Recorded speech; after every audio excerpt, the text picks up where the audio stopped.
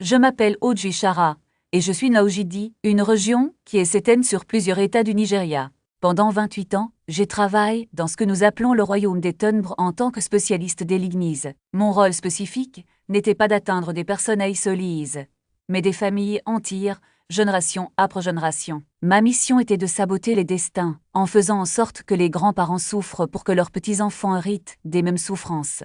J'ai maudit les blessures pour que l'infertilité s'installe pendant des décennies dans la même famille.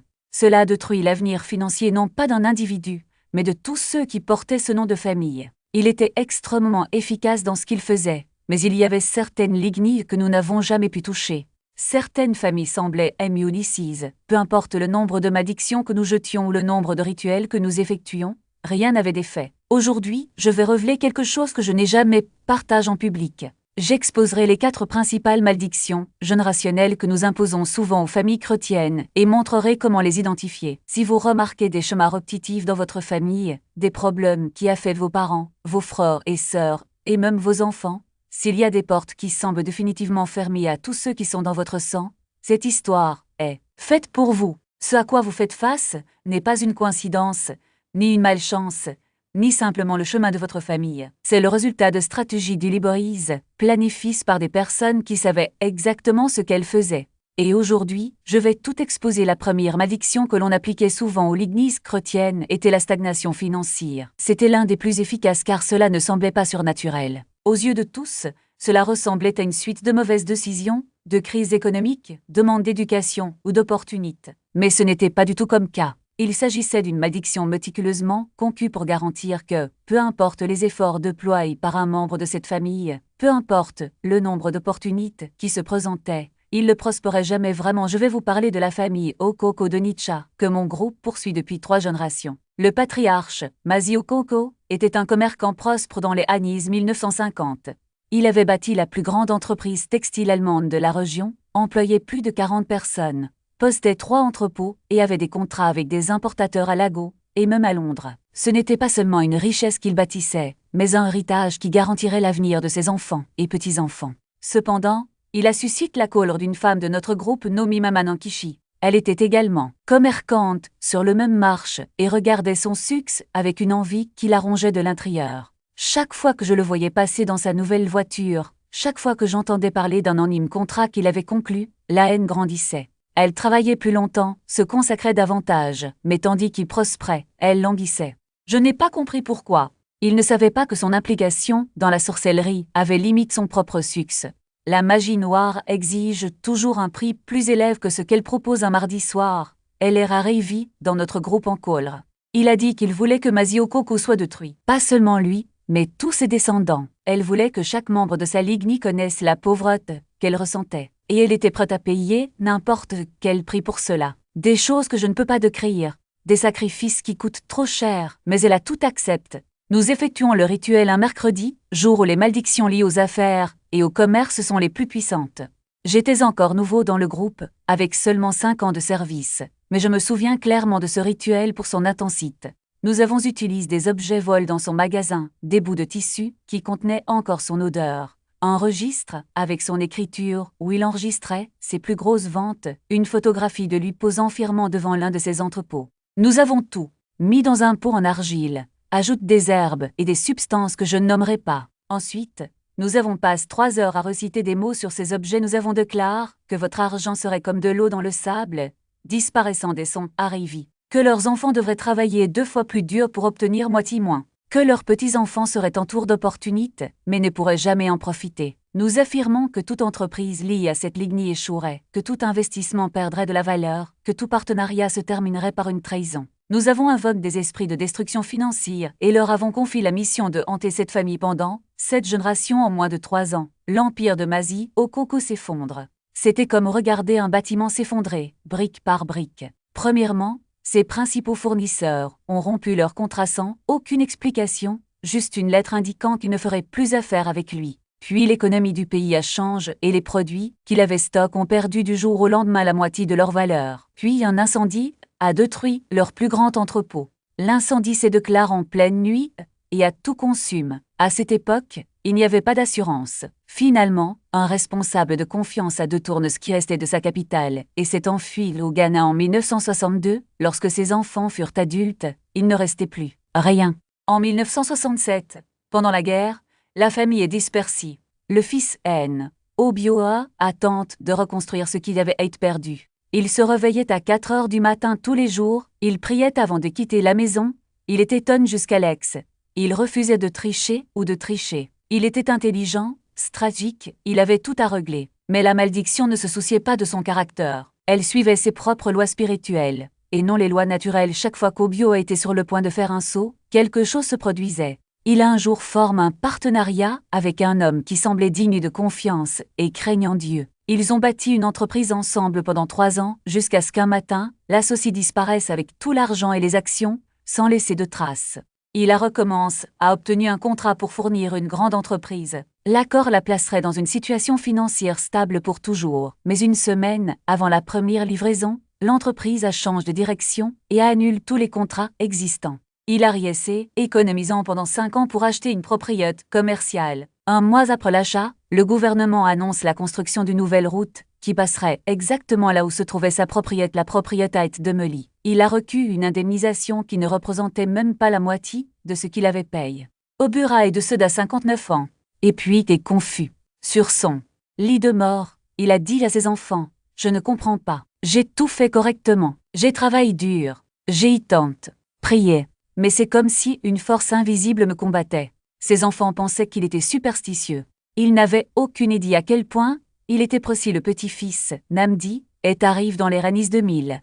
Il bénéficiait davantage que son père et son grand-père n'avaient jamais eu. Un diplôme universitaire en administration des affaires durables, des contacts partout au Nigeria et même à l'étranger, un accès Internet aux marchés mondiaux, de multiples opportunités bancaires, des choses que ses ancêtres ne pouvaient même pas imaginer. Mais toutes les entreprises qu'il a créées ont échoué en moins de 2 ans. Création d'une société d'importation. Cela échoue. J'ai ouvert un restaurant. Cela échoue. Il a essayé d'investir en bourse. Le marché s'est effondré. Il a obtenu un emploi bien payé dans une multinationale. En 8 mois, l'entreprise a subi une restructuration et il a été licencié. J'ai un autre travail. La même chose s'est produite. Je me souviens avoir recueilli des rapports sur Namdi. Mon chef de clan sourit avec satisfaction. Le cours au concours se déroule toujours sans problème, indique le communiqué. 3 générations est toujours aussi fort. Je connaissais l'histoire de cette famille parce que j'avais à être charge de les surveiller. Chaque trimestre, je devais rendre compte à mon chef de l'état de nos cours actifs et Okonko était considéré comme l'un de nos plus grands succès. 3 générations détruites par un seul rituel. Ma dirigeante avait l'habitude d'utiliser sa famille comme exemple pour les nouvelles recrues, montrant ainsi ce qu'un parcours générationnel bien exécuté pouvait accomplir. Mais il y a quelque chose que je n'ai jamais dit à mon chef. Il y avait une 4e génération. Une arrière-petite-fille appelée Shinlo. Et Shinlo a fait quelque chose qu'aucun de nos ancêtres n'avait fait. Elle a découvert le cours Shinlo, était la fille de Namdi, le petit-fils qui avait échoué dans tout ce qu'il avait tenté. Il a grandi en regardant son père se battre. Il l'a vu ouvrir des entreprises et les perdre. Il l'a vu trouver du travail et se faire virer. Il l'a vu emprunter de l'argent à ses proches. Elle vit la honte dans ses yeux. Il s'est toujours demandé pourquoi un homme aussi travailleur, intelligente et craignant Dieu ne pourrait jamais prospérer. Lorsque Shinno a terminé ses études, il a trouvé un bon emploi dans une banque. En 6 mois, la banque faisait faillite. Il a trouvé un autre emploi. L'entreprise a déménagé dans une autre ville et elle n'a pas pu les accompagner. Il lance une petite entreprise de vente d'accessoires de mode.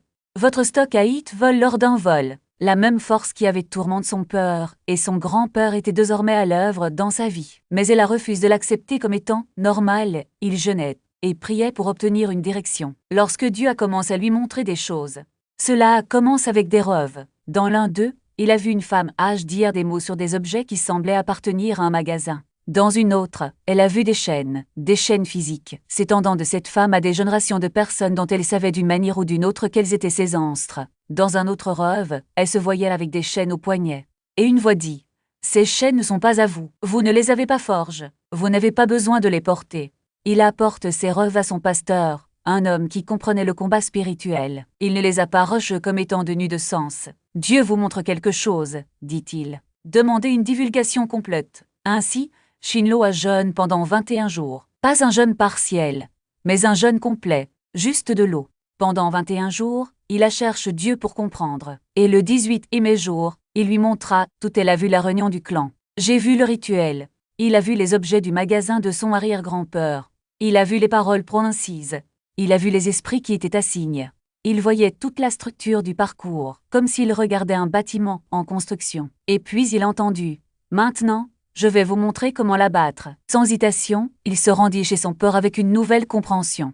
Il a réuni toute la famille élargie, père, tante, oncle, cousin, tous ceux qui portaient le nom de famille Okonko. On disait qu'elle traversait une crise. Il sortait par obligation, avec scepticisme, mais elle se fichait de ce qu'il pensait. Il savait ce qu'il avait vu, il a tout dit. Il a décrit les rêves, il a décrit la vision, il parla du clan.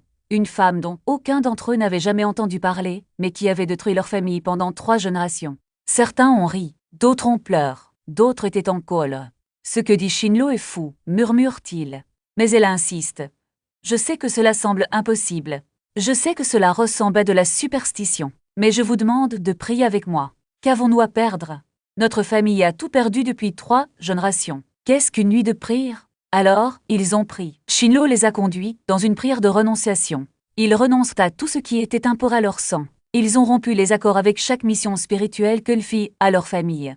Ils ont spécifiquement nommé l'évolution de la stagnation financière, l'ont révélé et lui ont ordonné de perdre son pouvoir. Ils ont appliqué le sang de Jésus à la lignée générationnelle, en remontant jusqu'à l'arrière-grand-père et jusqu'aux enfants à naître. Je l'ai ressenti au moment où ils l'ont fait. Nous tous dans le clan le ressentons. C'était comme si un fil avait été coupé, une connexion rompue. Une de nos sorcières les plus âgées a même crié de douleur. 3 générations de travail, de fêtes en une nuit. L'esprit qui avait été assigné à cette famille revint dans le clan, confus et affaibli. Il avait été expulsé de sa mission par l'autorité du sang de Jésus en 6 mois, la petite entreprise de mode de Shinlo a de colle. Une cliente influente a posté des articles sur ses produits et les commandes ont commencé à arriver. En 1 an, elle postait déjà un magasin physique. Son père a reçu un héritage inattendu d'un parent éloigné, qu'il connaissait à peine. Un cousin qui avait déménagé en Europe des décennies plus tôt et était mort sans enfant. Un cousin a trouvé un emploi dans une compagnie pétrolière qui payait plus que n'importe quel membre de la famille n'avait jamais gagné. L'entreprise, longtemps stagnante d'un oncle a finalement décroché un contrat majeur. Oui, le cours a été rompu et la bénédiction a commencé à couler. Proverbe 11h21 dit « La main du mal ne restera pas impunie, mais la postérité des justes sera libre. » Ce n'est pas de la poésie. C'est une loi spirituelle. Lorsque vous comprenez comment appliquer les promesses de l'alliance de Dieu à votre lignée, aucune solution ne peut tenir maintenant. Je veux que vous alliez aux commentaires et écriviez ces mots. Je brise toute stagnation financière sur ma lignée. Lorsque vous écrivez ceci, vous ne faites pas que taper des mots. Vous faites une déclaration intéressante dans ce domaine spirituel. Vous notifiez chaque désignation démoniaque qui apporte atteinte aux finances de votre famille. Ne regardez pas cette vidéo et passez à autre chose. Participez, écrire mariage, mais brisant toutes les chaînes qui avaient hâte forge contre son destin. Elle ne sait pas que tente de prier. Elle s'est battue. Moriniki a compris quelque chose que sa famille avait ignoré pendant des décennies. La malédiction n'était pas seulement un chemin d'échec, mais un contrat spirituel qui devait être annulé. Et les contrats, dans le domaine spirituel, ne sont annulés que lorsqu'il y a une action du liboï à rompre. Elle a donc commencé à enquêter. Pas avec curiosité, mais avec autorité. Elle cherchait à savoir qui avait lancé cette malédiction. Comment avait-il été active? Où étaient les failles pour y remédier? Tout d'abord, elle est allée voir sa mère et exige la vérité. Pas de version des décaries, pas d'histoire éditrice pour la honte. Elle voulait connaître chaque détail de l'initiation de sa grand-mère, chaque rituel, chaque mot prononcé lors des cérémonies des sociétés secrètes. Sa mère a d'abord résisté. Pourquoi revivre K? Elle a demandé. Nous avons déjà assez souffert. Mais Moriniki a été ferme. Parce que je ne vais pas transmettre K à mes enfants. Alors, ta mère t'a tout dit. Et chaque détail révèle était une pièce du puzzle. Moriniki a découvert que la malédiction avait été là ainsi, avec 3 éléments clés, le sang, le serment et les témoins spirituels. Le sang était celui de la grand-mère elle-même, utilisé lors des rituels de consécration. Le serment était une promesse de loyauté éternelle envers la société, faite devant des entités qui vous prêtent désormais comme témoins de la malédiction. Qu'en est-il des témoins spirituels? C'étaient les esprits eux-mêmes désignés pour veiller au respect de la sentence, qu'aucun mariage dans leur lignée ne durait plus de 7 ans grâce à cette information. Moriniki ne sait pas que tenti de prier. Elle a agi comme un avocat auprès de la cour céleste. Elle n'a pas demandé grâce, elle a demandé justice. Elle savait que, selon les lois spirituelles, une malédiction ne peut être brisée que lorsqu'un l'origine est identifiée. Elle a découvert la société et le rituel exact de le serment. Elle renonce. Elle a rompu chaque mot prononce par sa grand-mère 3. Les témoins sont confrontés. Elle déclare la guerre aux esprits assignes. Ensuite, elle a fait quelque chose que personne dans sa famille n'avait fait auparavant. Elle a accompli un acte prophétique de perturbation. Dans un moment de jeûne et de prière, elle prit une feuille de papier et écrivit de sa propre main tous les détails de la malédiction, les 7 anises, la destruction des mariages, les esprits d'abandon et de violence. Puis, elle a brûlé ce papier en déclarant à haute voix: « Au nom de Jésus, j'annule ce contrat. Je renonce à tout serment fait par ma grand-mère. Je brise l'autorité de tout témoin spirituel qui a travaillé contre ma lignée. Et je déclare, cette malédiction n'a plus de pouvoir sur moi, mon mari ou mes enfants. Par le sang de Jésus, je scelle une nouvelle alliance. Une alliance d'amour, de fidélité et de permanence. » Mais Mouriniki ne s'est pas arrêtée là. Elle savait que les malédictions générationnelles ne se brisent pas seulement avec des mots, mais aussi avec un changement de mentalité. Ensuite, elle a fait quelque chose d'encore plus radical. Elle a réécrit l'histoire de sa famille. Elle a commencé à parler du mariage différemment. Au lieu de dire « Aucun mariage ne dure dans ma famille », elle a poursuivi en déclarant « Mon mariage sera un témoignage que Dieu brise les malédictions ». Au lieu de redouter la sepsimanie, elle la considéra comme l'année de la victoire. Elle et Bio d'un nom jeune ensemble, prient ensemble, et lorsqu'ils ont atteint leur sepsimanie de mariage, ils ont célébré leur sepsimanie de mariage, non pas avec peur, mais avec gratitude. Et savez-vous ce qui se passe? Rien, pas de cauchemar, aucune trahison, aucune violence, juste la paix. Parce que lorsque vous brisez une malédiction dans le domaine spirituel, vous n'interrompez pas seulement un chemin, vous reprogrammez le futur aujourd'hui. Mouriniki et Biodin sont mariés depuis plus de 20 ans. Ils ont 3 enfants, et chacun d'eux a grandi en sachant ce qu'est réellement d'un mariage sain. La malédiction a été brisée non seulement pour eux, mais pour toute leur lignée. Parce que lorsque vous brisez une chaîne, vous ne vous livrez pas seulement vous-même, vous livrez les générations qui vous suivront maintenant. Je demande, quelle est la malédiction qui s'abat sur votre famille? Ce n'est pas seulement une question d'argent. Il ne s'agit pas seulement de mariage. Il peut s'agir de santé, de but, d'identité. Il peut s'agir de la peur de l'échec, de la répétition d'erreurs, du sentiment que rien ne va bien pour nous. Mais j'ai une nouvelle pour vous. Ce n'est pas normal. C'est une malédiction. Et les malédictions ont une date d'expiration. Si vous regardez cette vidéo, c'est que Dieu vous donne l'opportunité de briser ce qui emprisonne votre famille. Mais il faut agir. Ne vous contentez pas de regarder. Il ne suffit pas d'être d'accord. Vous devez déclarer.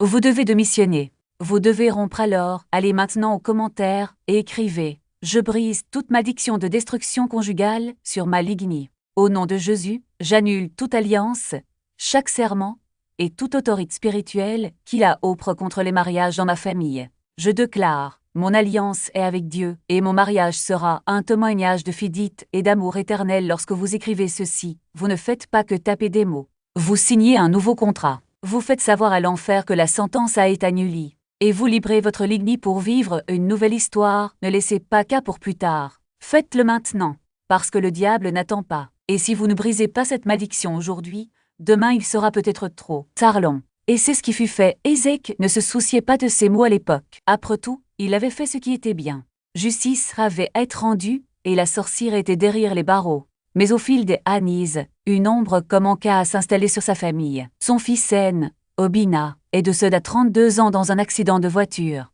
Le deuxième fils, Shidi, a succombé à une mystérieuse maladie à 28 ans.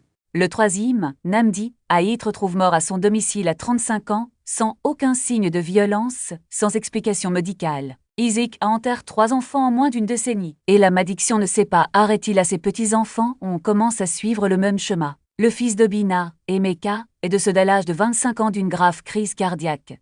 La fille de Shidi, Adaora, a été victime d'un accident de moto à 22 ans. Le fils de Namdi, Kozi, a disparu à 19 ans et n'a jamais été retrouvé. À chaque génération, la mort arrivait plus tôt. Et la chose la plus effrayante, aucun de ces deux n'avait de sens. Il y avait toujours des accidents inexplicables, des maladies soudaines, des tragédies qui ne laissaient aucune trace. La famille Ézéchiel a vécu pendant des décennies sous ce poids. Ils ont tout essayé, prières, jeûnes, pasteurs, grisseurs, rituels traditionnels. Rien n'a fonctionné. La malédiction semblait invincible. Jusqu'à ce que la 4e génération, une jeune femme appelée Neka décide qu'elle n'accepterait plus cela. Neka était là. Petite fille d'Emeka, le petit-fils d'Isaac décéda à 25 ans. Elle a grandi en écoutant les histoires des hommes de la famille morts jeunes, des femmes devenues veuves avant l'âge de 30 ans, des enfants élèves sans peur. Mais Neka n'était pas comme les autres. Elle avait une foi inébranlable et une détermination qui effrayait même les personnes âgées. Lorsqu'elle a eu 18 ans, elle a fait une promesse. « Je briserai cette malédiction. Peu importe ce que je dois faire. » Tout d'abord, elle s'est penchée sur l'histoire de sa famille. Il parlait à des tantes, des oncles, des cousins éloignés. Il rassembla des actes de deuil, des photos anciennes, des lettres. Et puis, il a découvert la vérité, la malédiction d'Adalobi. La sorcière avait maudit la lignée masculine, mais pas seulement. Elle avait lié la mort prématurée à chaque génération. Comme une horloge, qu'on ne pouvait arrêter, Neka ne perdit pas de temps. Elle savait que prier ne suffisait pas. Il fallait agir avec précision. Ainsi, pendant 21 jours, elle a jeûné et prié dans un but précis. Briser la malédiction d'une mort prématurée. Ce n'était pas n'importe quoi. Elle se réveillait avant l'aube, passait la journée en prière, lisait les Écritures et proclamait sa victoire sur sa famille. Le 7e jour, elle fit quelque chose d'encore plus audacieux. Elle écrivit une lettre de démission. « Moi, Neka Ezeik, je renonce à toute malédiction de mort prématurée prononcée sur ma famille. Je déclare que, par le sang de Jésus, cette sentence est annulée. Aucun fils, petit-fils ou arrière-petit-fils de cette lignée ne mourra avant l'heure. À partir d'aujourd'hui, la vie est l'héritage de ma famille, pas la mort. » Elle ne s'est pas arrêtée là. Le 14e jour, il rassembla toute la famille lors d'une cérémonie pour briser la malédiction. Il y avait plus de 50 personnes, dont des oncles, des cousins, des grands-parents. Certains ont ri, d'autres ont pleuré. Beaucoup en doutaient, mais Neka s'en fichait. Elle a lu la lettre à haute voix, a déclaré la liberté de la lignée et a prié avec autorité, et puis, quelque chose d'extraordinaire s'est produit l'année suivante.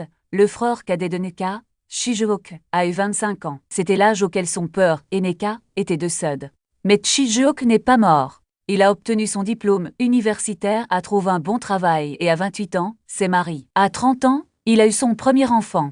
À 35 ans, son deuxième.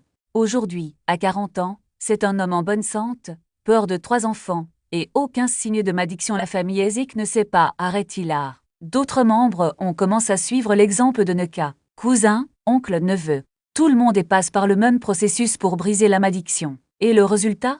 Aucun de prémature au cours des 15 dernières années. Pas de tragédie inexplicable. Pas de maladie soudaine.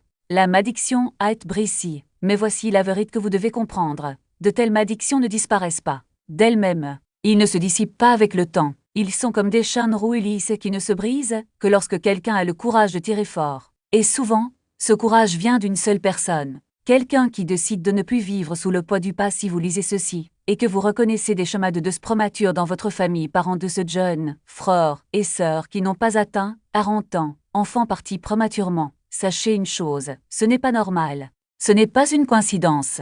C'est une malédiction. Et les malédictions peuvent être brisées. Vous n'êtes pas obligé de vivre sous ce joug. Vous n'êtes pas obligé d'accepter que la mort prématurée soit le destin de votre famille. Mais pour y remédier, il faut agir. Il faut jeûner, prier, déclarer et surtout croire que la victoire est possible. Écrivez dans les commentaires. Je brise toute malédiction de mort prématurée sur ma famille. Par le sang de Jésus, je déclare que la vie est l'héritage de mes enfants et petits-enfants. Faites-le aujourd'hui, parce que l'ennemi n'attend pas. Et si vous ne brisez pas cette malédiction maintenant, demain il sera peut-être trop tard à Nice. Leurs enfants mâles seraient abattus avant leur temps. Ézéchiel était un fervent croyant. Il considérait les avertissements comme le désespoir d'un ennemi vaincu. Il a prié pour lui et sa famille. Il a vécu sa vie avec foi. Mais la malédiction a été scellée et les paroles précises avec une véritable autorité spirituelle ont du pouvoir jusqu'à ce qu'elle soit spécifiquement brisée, lui-même et de ceux d'à l'âge de 52 ans. Il avait toujours été en bonne santé. Soudain, il a développé une maladie qu'aucun médecin ne pouvait diagnostiquer. Son corps a simplement commencé à défaillir. Au bout de 3 mois, il était mort. Au village, on disait qu'il avait été empoisonné, mais il n'y avait aucune preuve. C'était la malédiction qui remplissait son objectif. Son fils, Shukudi, est décédé à 48 ans. Une crise cardiaque, on déclare les médecins. Mais Shukudi n'avait jamais eu de problème cardiaque. Jamais fume. Il n'était pas obèse. Il faisait régulièrement de l'exercice. Il n'y avait aucune explication naturelle pour qu'un homme de 48 ans en bonne santé ait un tel arrêt cardiaque. Mais Kassetart, son petit-fils, Bina, est décédé à 51 ans dans un accident de voiture. Il roulait sur une route qu'il connaissait comme sa poche. Le temps était clair, il n'y avait pas de circulation, je n'étais pas ivre, je ne courais pas. La voiture a simplement fait un écart, comme si des mains invisibles avaient saisi le volant et l'avaient proche contre un mur de béton. Il est mort sur le coup. Son arrière-petit-fils, Emika, est décédé à 47 ans des suites d'un cancer. La maladie est apparue sans avertissement et s'est propagée à une vitesse impossible. Du diagnostic au DEUS, 4 mois seulement se sont écoulés. Les médecins ont déclaré qu'ils n'avaient jamais vu un cancer aussi agressif chez une personne sans antécédents familiaux, ni facteur de risque. Les femmes de la famille ont remarqué cette tendance. Il était impossible de ne pas le remarquer. Tous les hommes de la lignée de l'Émourette, avant de voir leurs petits-enfants, eux-mêmes semblaient immunisés contre la malédiction. Ils menaient une vie normale, mais ils regardaient, impuissants, la mort de leurs filles, maris et frères, génération après génération. La terreur que cela gênerait était presque pire que la mort elle-même. Imaginez grandir en tant que garçon dans cette famille. Imaginez savoir que tous les hommes qui en partagent votre sang sont morts avant l'âge de 55 ans. Imaginez compter les années de votre propre vie en vous demandant quand viendra votre tour. Imaginez vous marier et avoir des enfants, sachant que vous ne vivrez probablement pas assez longtemps pour les voir grandir. Certains hommes de la famille ont pseudo désespoir. Ils ont hâte de prendre soin de leur santé. Pourquoi, pensaient-ils? D'autres sont devenus obstes par la survie, essayant tous les traitements médicaux, tous les régimes de santé, tous les remèdes traditionnels. Rien n'a fait de différence. La malédiction opère selon sa propre logique, indépendamment de ce que faisaient ou ne faisaient pas les victimes, mais il y avait un fils, arrière-petit-fils du patriarche d'origine, appelé Aikshukku, et Aikshukku a refusé d'accepter le sort de la famille. Il était sur le point d'avoir 45 ans. Son père était décédé à 48 ans. Son grand-père à 51 ans. Son arrière-grand-père à 52 ans. Tout le monde s'attendait à ce qu'il meure dans les années à venir. Certains membres de la famille commençaient déjà à se préparer. Sa femme a trouvé les documents d'assurance sur la table. Sa mère a commencé à prier pour avoir la force d'enterrer un autre fils, mais Aik, qui étudiait le combat spirituel depuis 3 ans, depuis la mort de son père, sentit quelque chose en lui refuser d'accepter la même fin. Il a commencé à lire des livres sur le ministre de délivrance. Participation à des conférences sur le combat spirituel. Il recherchait des pasteurs qui comprenaient la réalité des malédictions et comment les briser. Apprentissage des malédictions ordinaires. Il jeûnait, priait pour obtenir la révélation. Pendant 6 mois, il a spécifiquement crié à Dieu pour qu'il lui montre la racine de la malédiction qui pesait sur sa famille. J'ai prié tous les matins à 4 heures du matin, avant que quiconque dans la maison ne se réveille. Je jeûnais tous les mercredis et vendredis. J'avais désespérément besoin de réponses parce que je savais que le temps presse. Et Dieu lui montra l'origine de la malédiction dans une vision. Lors d'une de ses séances de prière, Dieu lui révéla la sorcière à Dalby. Il lui montra la salle d'audience où son arrière-arrière-grand-père avait témoigné. Il lui montra les paroles exactes qui avaient à être prononcées. Vos enfants ne verront jamais vos petits-enfants. Il a entendu ces mots résonner à travers les générations, renforce à chaque nouveau deuil par la peur et l'acceptation de la famille. Aikshukku a fait quelque chose qu'aucun de ses ancêtres n'avait jamais pensé faire. Il se rendit au village où vivait la sorcière. Il a fallu 3 semaines pour retrouver le tombeau. Elle était décédée en prison des décennies plus tôt, mais son corps avait été restitué à sa famille, et enterré dans une tombe anonyme derrière un terrain abandonné. Aika cherche jusqu'à ce qu'il le trouve devant ce tombeau. Il n'a pas maudit la femme. Il n'a pas craché par terre. Il n'a pas seul pour sa mort. Je lui ai pardonne. Et ce n'était pas facile. Il lui a fallu 1 heure rien que pour faire passer les mots. Il pense à son père, décédé à 48 ans, laissant une jeune veuve et de jeunes enfants. Il pensait à son grand-père, mort à 51 ans, au rêves inassouvis. Il pensait à tous les hommes de la famille qui étaient morts prématurément à cause de la haine de cette femme. Comment pardonner un tel mal? Mais elle se souvenait de ce que Dieu lui avait montré. Le pardon ne la concernait pas. Il s'agissait de briser la chaîne qui liait sa famille à la malédiction. Tant qu'il ne pardonnerait pas, il lui donnerait le pouvoir sur eux, même après sa mort. Pour être libre, je devais la libérer. Puis j'ai dit, au nom de Jésus-Christ, je pardonne à cette femme ce qu'elle a fait à ma famille. Je lui pardonne les paroles qu'elle a prononcées. Je lui pardonne pour chaque mort. Que ces paroles ont encore 6 petits-enfants. Le sang de Jésus annule tout décret de mort prématurée. Je vivrai, et je ne mourrai pas. Je verrai mes petits-enfants. Il reste là, devant ce tombeau, pendant 4 heures, priant, déclarant, adorant. Lorsqu'il sortit enfin, sa chemise était trempée de sueur et de larmes. Mais quelque chose avait changé. Il se sentait plus léger. Le poids qu'il avait porté toute sa vie, la connaissance constante que ses jours étaient comptés, avait été enlevé. Aikshukku a 67 ans aujourd'hui. Il a 5 petits-enfants et joue avec eux tous les week-ends. Il est en bonne santé à 67 ans, alors que son père était déjà mort à 48 ans. Son médecin dit qu'il a le cœur d'un homme de 50 ans. Il a survécu à tous les hommes de sa famille depuis 4 générations. La malédiction est brisée, et il le sait aujourd'hui. Il a fait de sa vie une mission, apprendre à d'autres familles pieuges, dans des cycles de mort prématurée à rompre avec le sang de Jésus et le pouvoir du pardon. Le psaume 91:16 dit « Je te rassasierai de longs jours, et je te montrerai mon salut ». Il s'agit d'une promesse d'alliance. Ceci est votre héritage. Sachez que vous avez le pouvoir de l'autorité du Christ pour recréer la promesse d'une longue vie sur votre lignée. Avant d'aborder la forteresse spirituelle qui prône ces malédictions, je dois vous poser une question. Si ce que vous avez entendu jusqu'à présent vous a ouvert les yeux, si vous avez commencé à comprendre comment ces malédictions opèrent et pourquoi elles se répètent dans votre famille, partagez cet enseignement avec quelqu'un qui en a besoin. Il y a des gens autour de vous qui souffrent sous le poids de causes générationnelles, et ils ne le savent même pas. Ils croient que c'est juste de la malchance, que c'est ainsi que leur famille a toujours été. Mais maintenant tu connais la vérité. Vous pouvez être celui qui apporte cette révélation. Partagez maintenant la 4e cause générationnelle qui emprisonne les familles chrétiennes et la malédiction du destin gâche. C'était subtil, mais dévastateur. Cela n'a pas empêché les gens de réaliser des choses, mais cela a permis de s'assurer qu'ils accomplissent de mauvaises choses. Il n'a pas bloqué les opportunités, mais les a orientés vers des chemins qui ne leur apporteraient jamais d'épanouissement. C'était la malédiction du détour, de la quasi-concte, du aurait pu être. Permettez-moi de vous parler de la famille Nwachukwu de Ei. C'était une famille pleine de talents, musiciens, artistes, professeurs, entrepreneurs. Chaque génération a produit des personnes dotés de dons et vides, mais aucun d'entre eux ne les a jamais pleinement exploités. Le musicien est devenu comptable, l'artiste banquier, l'enseignant commerçant, l'entrepreneur un simple employé de bureau. Cette malédiction a été lancée par une tante stérile, ronge par l'envie, alors que sa sœur donnait naissance à fil après fil, chacun plus doux les uns que les autres. Elle, dans son amertume, chercha un sorcier et paya pour un sort qui garantirait qu'aucun de ses enfants, ni leurs descendants ne marcheraient jamais dans leur véritable vocation. Le charme était ingénieux. Cela ne les a pas tués. Cela ne les a pas rendus pauvres. Cela n'a pas détruit leur mariage. Cela les a juste légèrement de vie de leur cap. Ils auraient des rêves qui ne se réaliseront jamais. Ils créeraient des entreprises qui n'étaient pas pour eux. Ils épouseraient des personnes qui ne soutenaient pas leurs dons. Ils accepteraient des emplois qui n'utiliseraient que 10% de leur potentiel. Pendant 4 générations, cette famille a été peuplée de gens frustrés qui savaient qu'ils étaient destinés à plus, mais n'ont jamais compris pourquoi ils se sentaient si vides. Ils ont réussi selon les normes mondiales.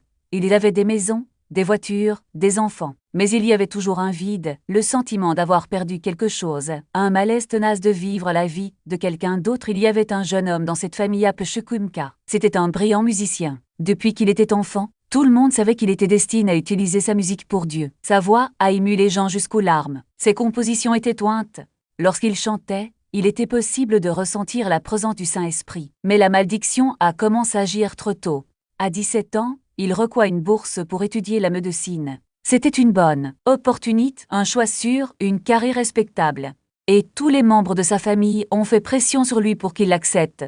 Il est donc devenu médecin. Un bon médecin, un médecin à succès. Mais chaque jour de sa carrière de médecin, il avait l'impression de porter des vêtements qui ne lui allaient pas. Il entendait de la musique dans ses rêves, écrivait des chansons en marge des dossiers des patients, chantait doucement pendant les quarts de travail. Une infirmière s'est même arrêtée pour l'écouter et lui a dit « Tu es né pour Chukwumka a eu ce qu'on peut appeler une intervention divine. » Il était à un service de prière lorsqu'un prof t'en visite la pointe du doigt et a déclaré « Dieu dit que vous avez enterré le talent dans le sol. Dieu dit que vous vivez dans la désobéissance depuis 25 ans. Dieu dit qu'il n'est pas trop tard pour déterrer ce que vous avez caché et l'utiliser pour sa gloire. » Chukwumka est rentré chez elle cette nuit-là et a pleuré pendant des heures. Il savait exactement de quoi parlait le prof.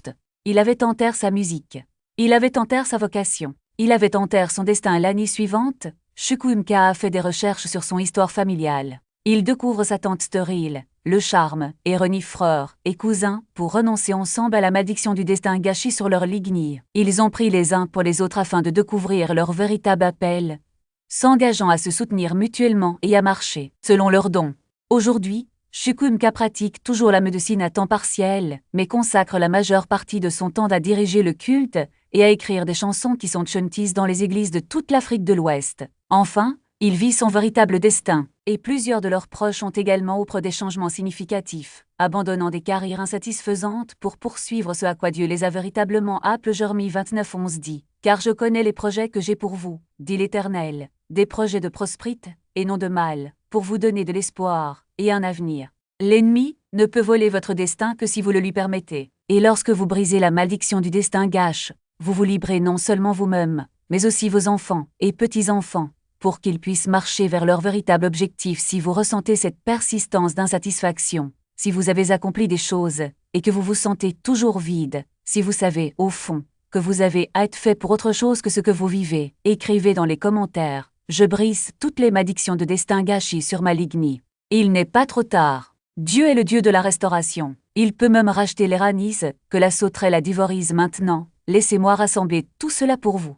Ces 4 malédictions générationnelles, stagnation financière, destruction conjugale, mort prématurée et destin gâche, ne sont pas des attaques isolées. Ils travaillent ensemble. Ils se renforcent mutuellement. Une famille soumise à la malédiction de la stagnation financière connaît souvent une destruction conjugale parce que les problèmes financiers créent du stress et des conflits. Une famille sous la malédiction d'un destin gâche est souvent confrontée à une mort prématurée parce que les personnes vivant en dehors de leur objectif n'ont aucune raison de se battre pour la vie. Ces malédictions sont conçues pour créer une spirale descendante qui s'aggrave à chaque génération, mais voici la vérité que le royaume des ténèbres ne veut pas que vous sachiez. Chacune de ces malédictions peut être brisée, non pas par votre propre pouvoir, ni par des rituels ou des cérémonies, mais par le sang de Jésus-Christ correctement appliqué à votre lignée. Les familles que j'ai mentionnées, les concursos, les admis, les raises, les noachukui, avaient une chose en commun. Un membre de leur famille a décidé que le chemin s'arrêterait là. Quelqu'un s'élève et a dit « Je ne transmettrai pas cette malédiction à mes enfants ».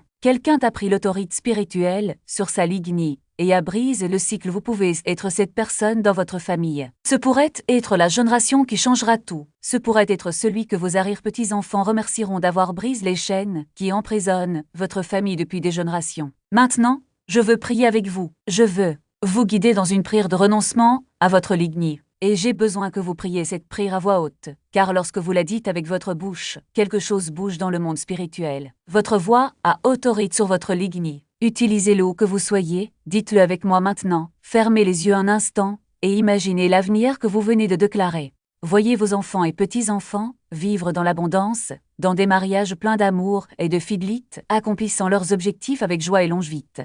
Ce n'est pas seulement une vision, c'est la réalité que Dieu établit à propos de votre lignée à partir d'aujourd'hui. Mais comprenez une chose, l'ennemi n'abandonnera pas facilement. Il tentera de faire surgir des doutes, des souvenirs du passé ou encore des situations qui semblent confirmer d'anciennes malédictions. Lorsque cela arrive, rappelez-vous, vous ne luttez pas contre la chair et le sang, mais contre des forces spirituelles qui ont déjà été vaincues sur la croix.